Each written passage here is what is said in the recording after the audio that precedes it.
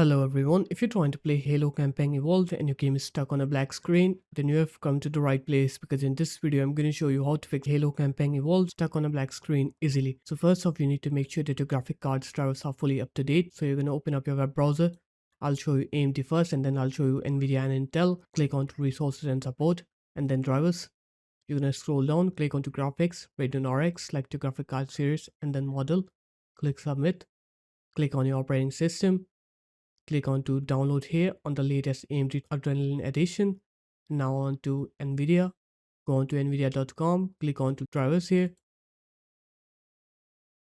You're going to fill in this manual driver search form. So select your graphic card series, model and your operating system. After that, click find here.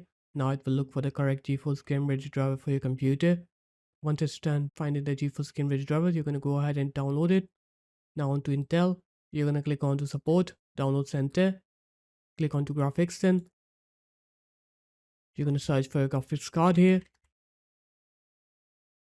And then download the latest Intel Arc graphic cards drivers on your computer and install them. Once you're done installing the drivers, now what you're going to do is you're going to open up the Xbox app. It doesn't matter if you have the game on Xbox or not. Click onto your account and then support, gaming services repair tool. Click start repairing here. This can take a minute or two. Once it's done with this process, now what you're going to do is you're going to close this up. You're going to open up your games platform, which is Steam for me.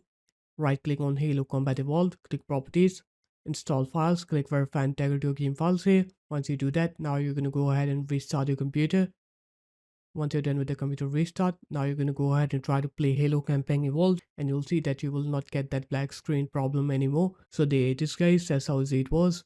If you guys found this video helpful, make sure to leave a like, comment and subscribe to the channel and I will see you in my next video. Peace.